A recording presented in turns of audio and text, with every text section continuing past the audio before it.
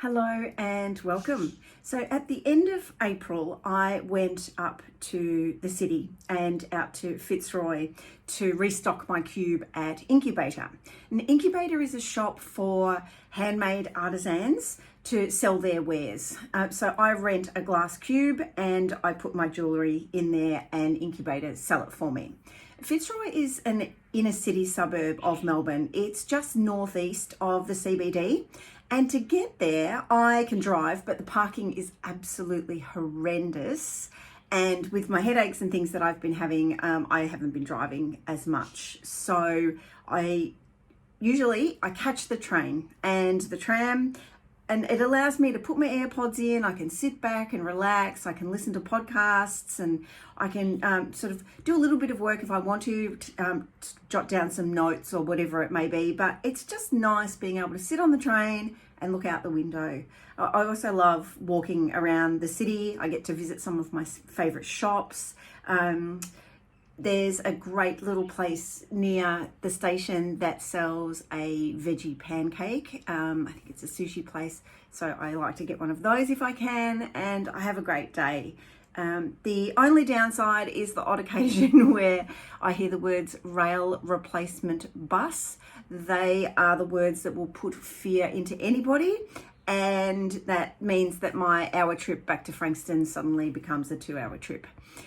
So for those of you that don't know me, my name is Leanne. I'm a metalsmith with a business called Leanne Allison Designs, where I design and create sustainable jewellery for eco-conscious souls. And in today's vlog, I wanted to take you on that trip with me to Fitzroy. You'll get to see a few of the sights of Melbourne. You'll get to see my cube. And then I wanted to talk a little bit about what I've learned by actually going into the store and putting my jewellery in and chatting to the ladies that work in Incubator rather than just posting my goods up. So here's my journey to the city and back, and I hope you enjoy it.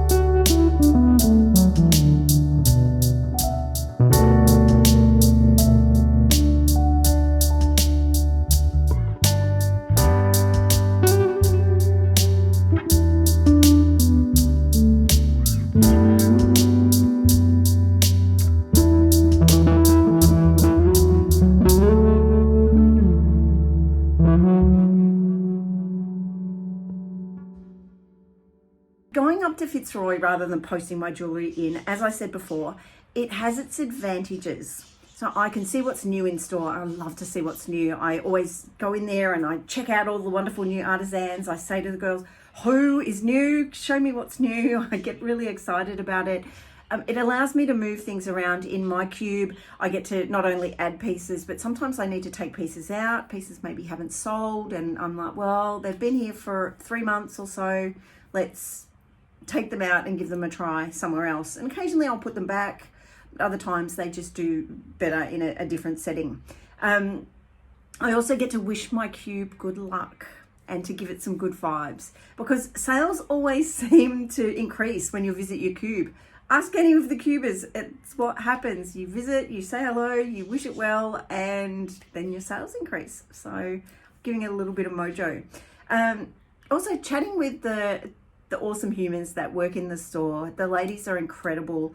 It allows me to pick their brains and ask them a little bit more about who buys my jewellery, which of my items the customers seem to prefer, and if the customers say anything about my pieces. And also what sells in store overall. And that means I can really tailor my offerings to suit the customers and to really hone in on what works best. Now, Fitzroy is a very different beast to where I live down here on the Mornington Peninsula. It's a wonderful suburb. I love it. I love going up there. It's got lots of cafes. There's tons of hipsters. There's just really cool people in Fitzroy. I really feel like a fish out of water when I'm up there. I look totally different. I am just totally different. But selling my jewellery up in Fitzroy it's given me an insight into a totally different market, and one that really seems to fit perfectly with the kind of jewellery that I would like to sell. So coming back on the train, I made some notes about sort of how I was feeling after having a chat and sort of being in Fitzroy and things like that. So I'm going to sort of look at my notes and give you a little bit of an idea about what I was thinking about and sort of what I came away with. I believe that we tend to get caught up in our own little circle. So maybe we think everyone's struggling because the people we know are struggling, or we think that people won't pay over a certain amount for something because the people around us or even ourselves just wouldn't pay that kind of price. There may even be times where we don't treat ourselves, so we assume nobody treats themselves. So nobody buys a luxury item because we don't buy luxury items.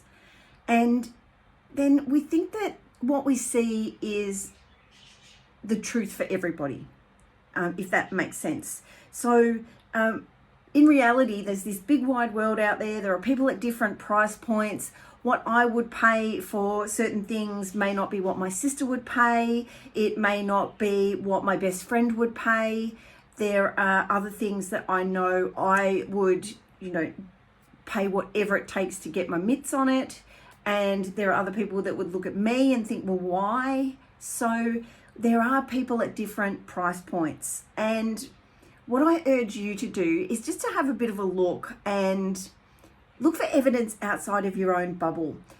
Remember that the people that you surround yourself with, they're not always your target market. And I've really learned this over the last year that I've been at Incubator. I was remembering sort of a little while ago chatting to a lady who I did markets with on a semi-regular basis.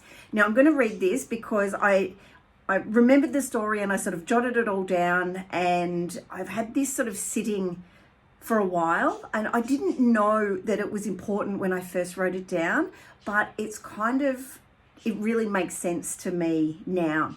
So this woman that I did markets with, we were chatting and she was telling me that she was working and doing markets, and she was making the most money in her circle. So that was her family, her friends, her market colleagues, and also some of her work colleagues. So she was making the most money.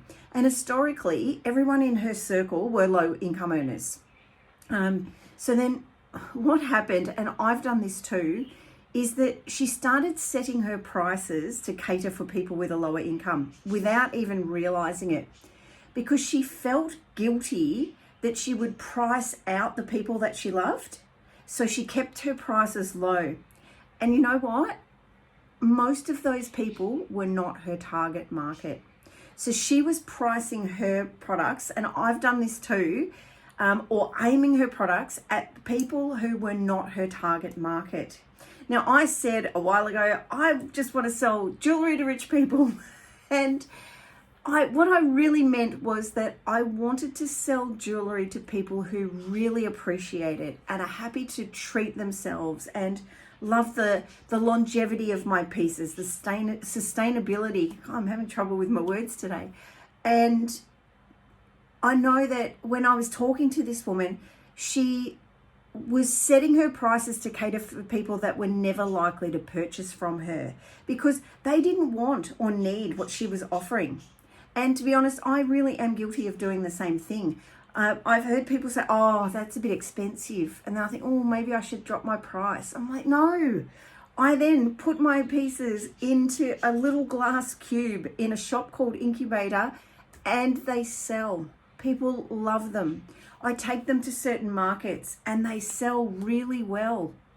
So the people that I love and the people that I am surrounded by are not my target audience. They're not my target customers. They are just my circle, the people that I love. And what's going on with them and their lives is not necessarily a reflection of what is going on out there in the big wide world.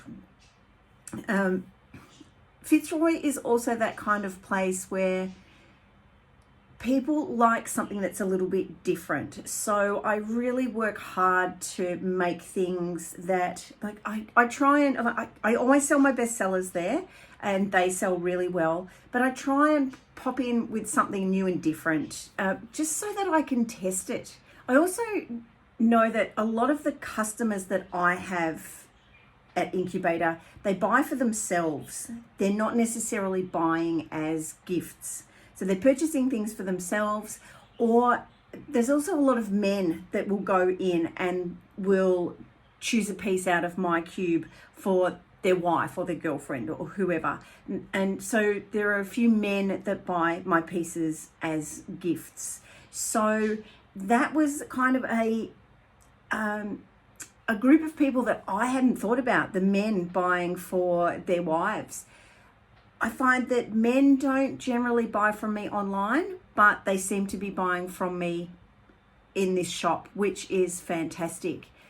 Another interesting fact, there's been a few interesting facts today, is that I've branded my entire business on sustainability, eco-friendliness, recycled metals, the whole sort of eco kit and caboodle.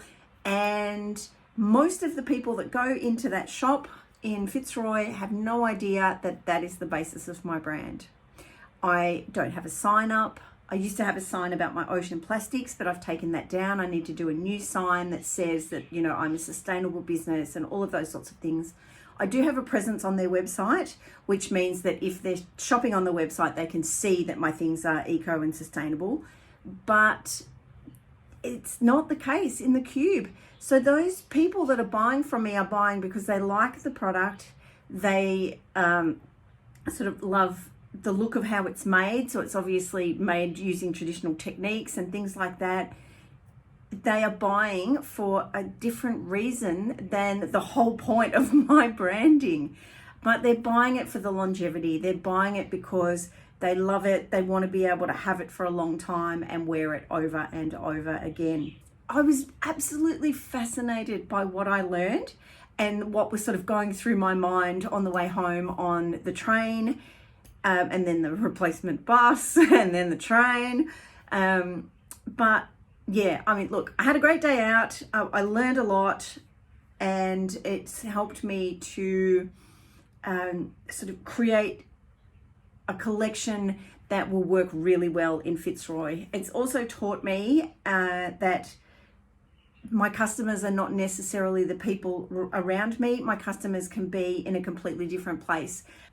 So there we go. That was a bit of a ramble. I hope you enjoyed following my little trip up to the city and that you've learned something today. Again, thanks for joining me. It has been a pleasure, and I will see you in the next video. Bye.